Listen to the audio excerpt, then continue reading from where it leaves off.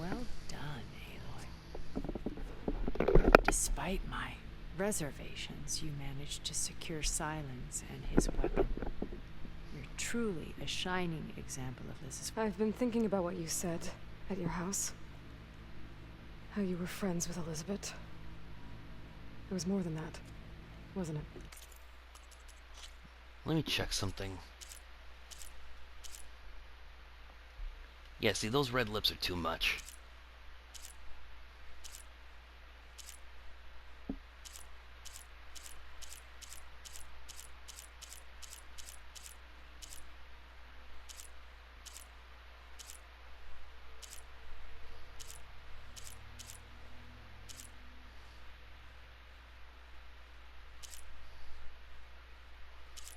Now, why can't I keep these?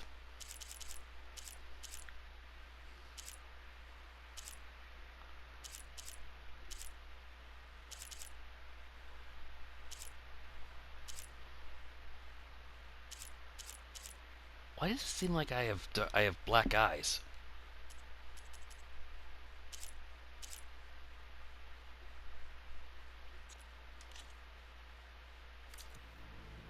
Perceptive as ever. You're right, we were together for a time. Huh. Okay, so...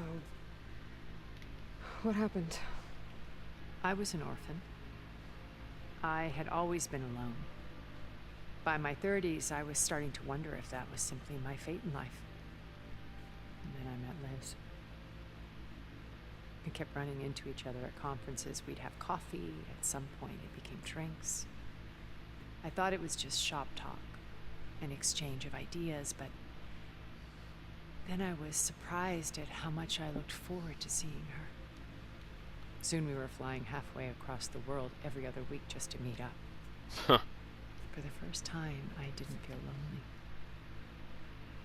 I could imagine a future where I wasn't. I think Liz felt the same way at first. She had lost her mother a few years back. I filled a void for her. I know I did. But as time passed, it seemed as though she wanted less when I wanted more. And so we ended things. So helping me restore a second chance. I made a mistake leaving Earth while Liz stayed behind. I should have done. So when I saw you, a woman who has carved her own remarkable path, beyond even what made Liz a phenomenon, I knew I had to help you. Why do you think Elisabeth pulled away? I've wondered that for 1,000 years. She was brilliant, visionary. She cared so deeply for the world, for the betterment of humanity. But it also felt like she kept everyone at arm's length, including me. She never wanted to share her burdens. Huh. I think Sounds in familiar. the end she had a core that she never let anyone be part of. Sometimes I wonder if anyone really knew her. I found a recording of you and Elisabeth back in the proving lab after Zenith's attempt to steal Gaia. Oof. Yes. A most unpleasant conversation. She said something after the call. I think she regretted how things ended between you. Did she? All this time, thank you for telling me. I've always hated that those were the last words we ever said, and that her last impression of me was as not who I truly...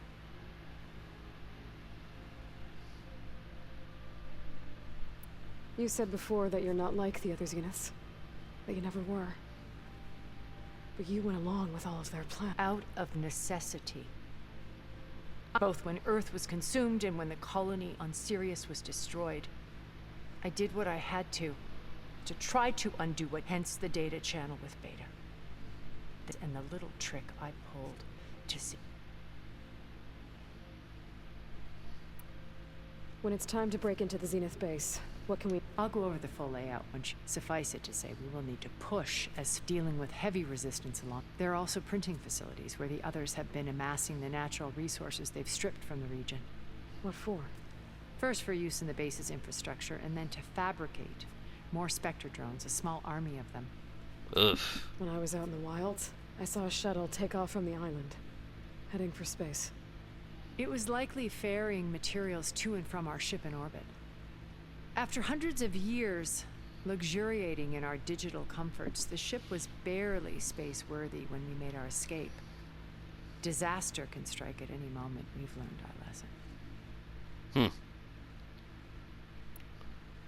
Have you figured out how Silence's weapon works? No, and he's been very careful not to allow me near it. I'll admit it bothers me, but regardless of how it functions, I am confident it will deactivate the other shields en masse. How many of them are in the base? 10, including Erik and Gerard. Only a handful of us made it to our ship when our colony collapsed. There must have been literally hundreds of Zeniths who probably left for Earth. I mean, only 10?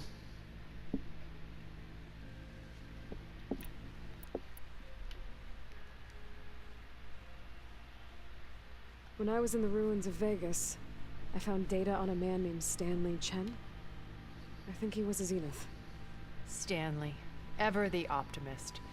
He was one of the good ones. When we established our colony, he built an exact replica of Las Vegas in virtual reality. Lights, shows, gambling, every detail perfectly recreated. Huh. And while others cloistered themselves in their own fantasies, he flung his doors wide to everyone.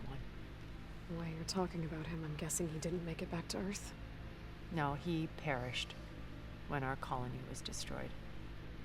He would have been thrilled to discover that part of his beloved city survived. Maybe he just couldn't bear to leave it again.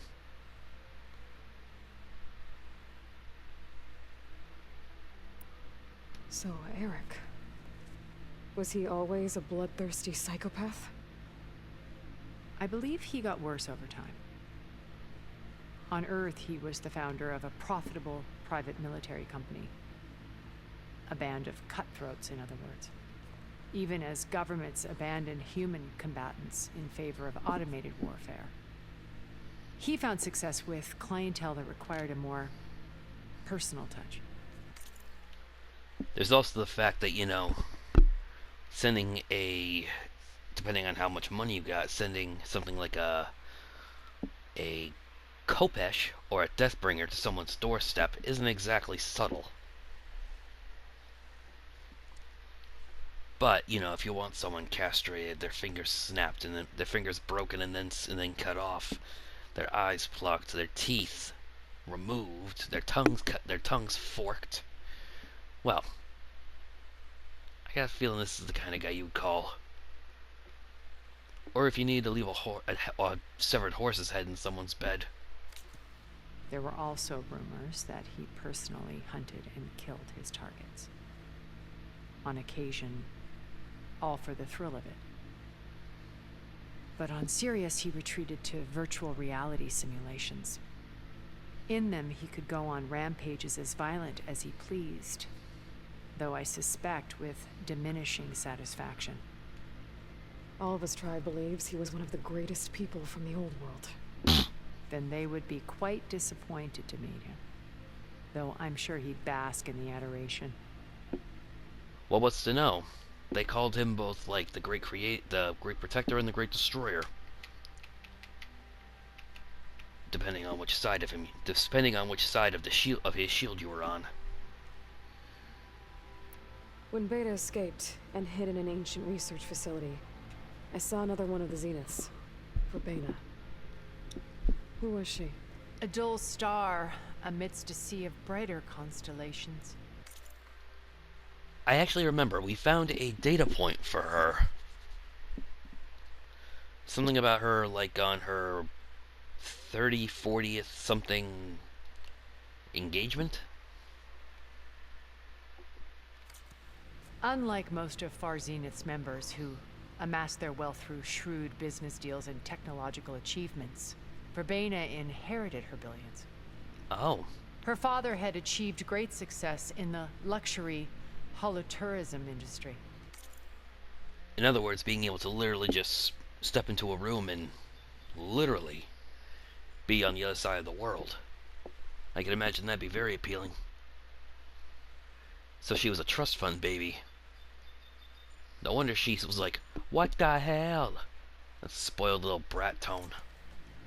But even after 1,000 years, I guess she never grew up. At age 24, she became the world's most eligible bachelorette, branding herself a life designer. Someone She's like, who huh? leverages their fame to influence the choice of others. What? Like a cult?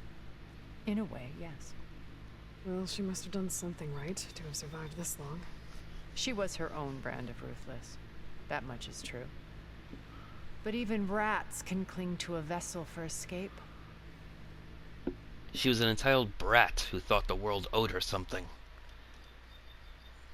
That, along with a high-powered energy weapon, is a very dangerous brand.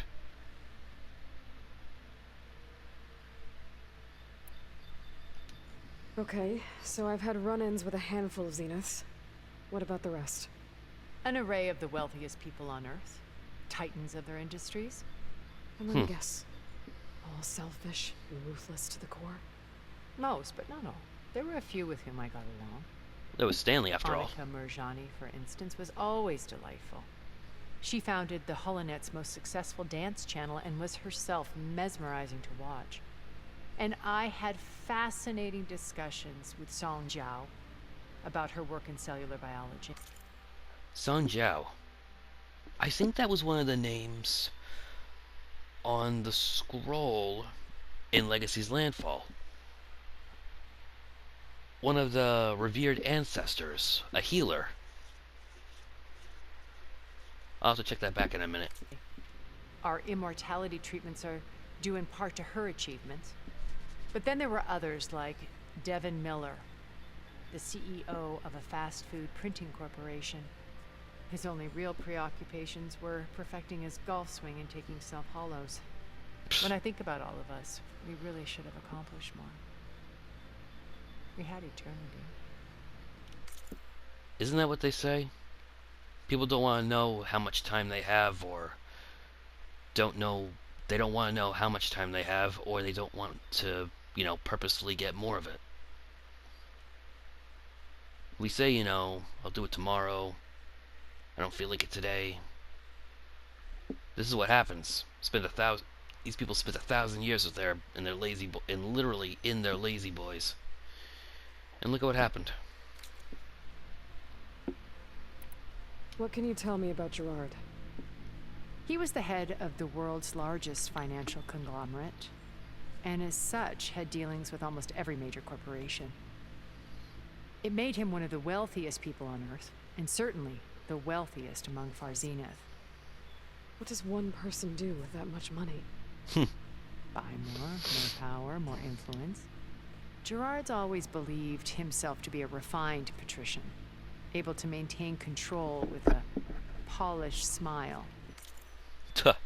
Didn't see that back at the Hades Proving Lab. That scowl of his could have curdled the milk. But beneath that exterior is a cold and calculating operator. Didn't see that either. He was annoyed and pissed, plain and simple. It was his decision to restrict Beta's upbringing to her digital educators, the avatars of the Apollo database, while we were painted as her benefactors. Well, we'll deal with him soon enough. And the others. I would very much like to see. Okay. I'll be here until then. And thank you, Aloy, for giving me this chance. My past is always more than once I've lost everything. But when I look to the future, I see Liz's dream fulfilled. A universe of new possibilities. Maybe we can make it happen. We will.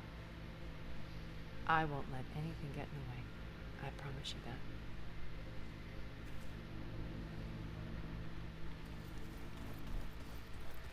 All right. Huh?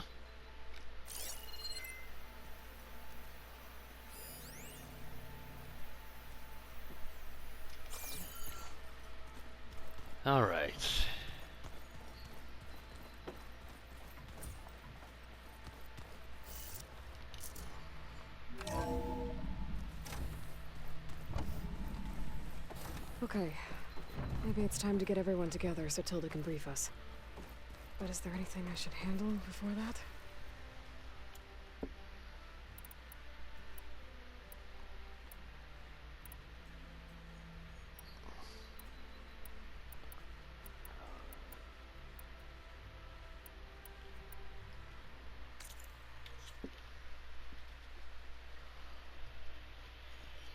Hell, I even got something I never thought I was going to get.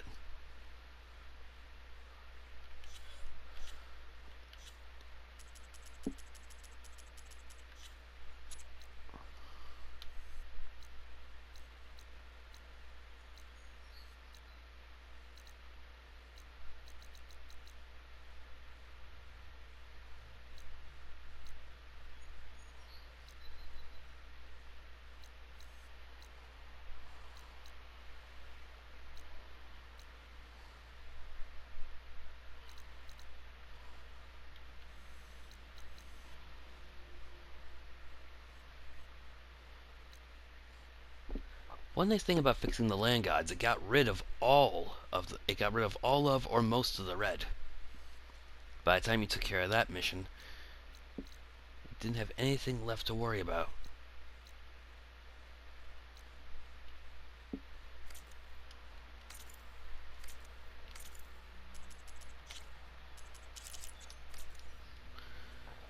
All right.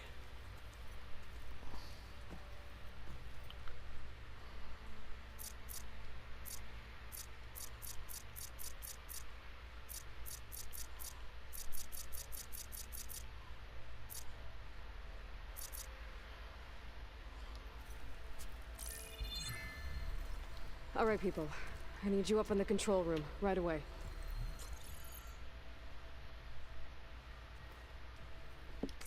One thing I don't like, we can't get a look at Regala's face because she never takes that mask off. But, you know, during this scene and a couple of others, they probably just wanted to, you know, save time and money on her facial, animating her facial features. Okay, everyone. We all know what's at stake. Beta, Gaia. Not to mention life on Earth. Now, it might seem like the Zeniths are invincible, but they're not. We've got what it takes to break into their base and defeat them. We even have one of them on our side. Tilda, show us the base. It is constructed atop the ruins of an ancient military facility on an island to the southwest. I can get us inside. To this location. Undetected. How exactly? You'll know when you need to. Sure. Once inside, our goal will be this structure. The launch tower. Gaia and Beta are being held at the top. But along the way, we will face overwhelming resistance. Most importantly from Gerard, Erik, and the others. But also... Once I take away their shields, we should be able to deal with them. But it will be easier to deploy the device if someone else is carrying it. I'll need a strong back. Carry stuff? Yeah, I can do that. Even if your device works, there will still be Spectre drones, scores of them. If only we had an army to fight them. I've got that under control. You'll know when you need to.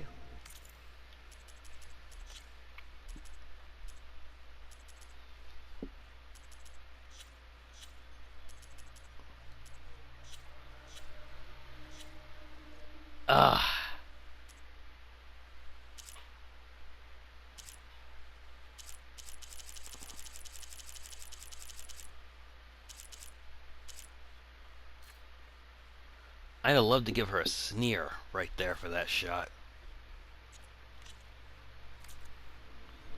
All right. We'll meet up again just before we go in. Where's the best place to rendezvous? On the coast, just across from the island. Once there, I'll show you the way. Okay. I'll let you know when I arrive at the rendezvous point. And then you can join me. In the meantime, do whatever you need to prepare. Understood?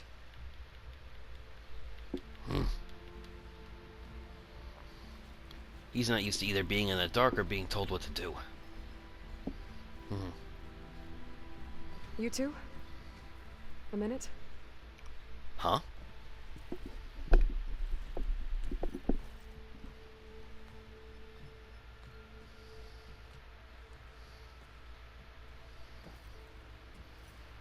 Tilda helped me get in touch with Beta, and she told me something important. There's an installation inside the base. It's called a regulator. Here. Once we're inside, I need you two to split off from everyone else and destroy it. So you'll have to bring explosives. This will help stop the drones. Everything depends on it. You with me? Of course. After that, I want you to find a way to infiltrate the Zenith network. How? Go over all the data that Beta left behind. She knew how to do it, I'm sure of that. All right. But why? What am I trying to do? Find information about the Zeniths. Anything Tilda's not telling us. Silence is right about one thing. There's no way we can take her on her word. I'll do my best. Keep her safe, okay?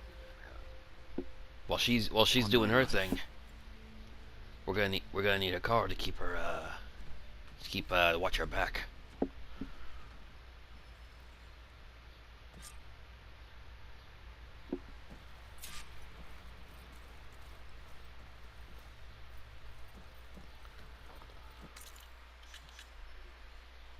Can I possibly get these names right now?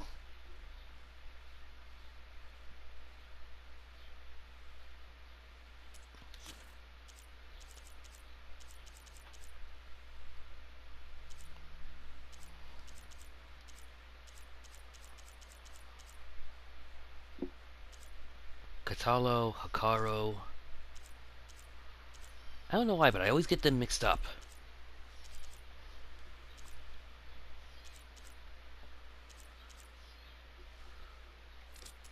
But while I'm here,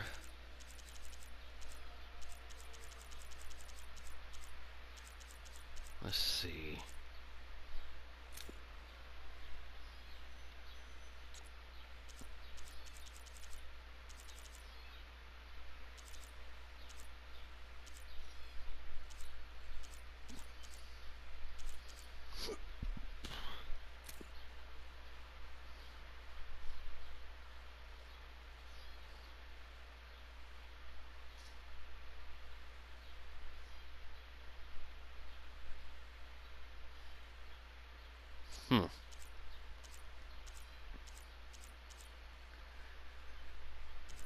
Let me see.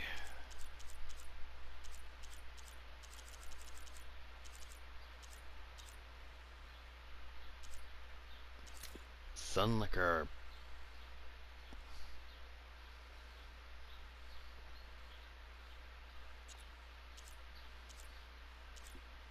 Hammers for hire on Greenshine. Edelman. Oh wait, this is actually important. The new DLC, the new VR experience is supposed to be about a guy named Edelman Shadow. His half-brother during the liberation from him.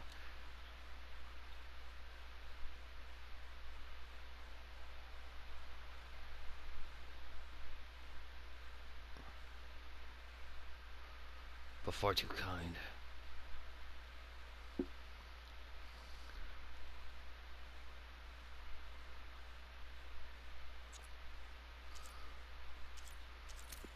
Leaf people.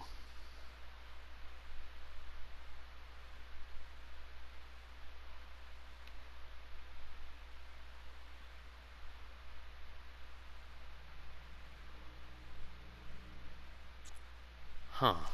Let's see, freebooter. Didn't eat me.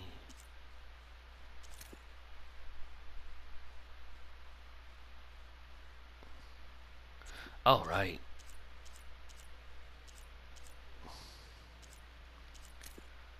All right. That stupid thing. Expedition protocol. Unburdening ancestor primer. Right here. If one is beset by malady or hardship, tell them to look to the healer Song Jiao, the ancestor who defied notions of illness and death. Push past the physical restraints and live on in vigor.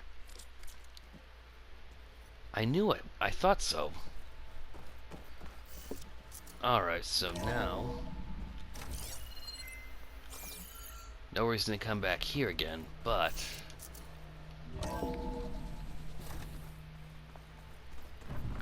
alright, well that was fun. But next time... We need to get Sauron's weapon to the Zenith base intact if we want to take their shields down. I'll be gentle.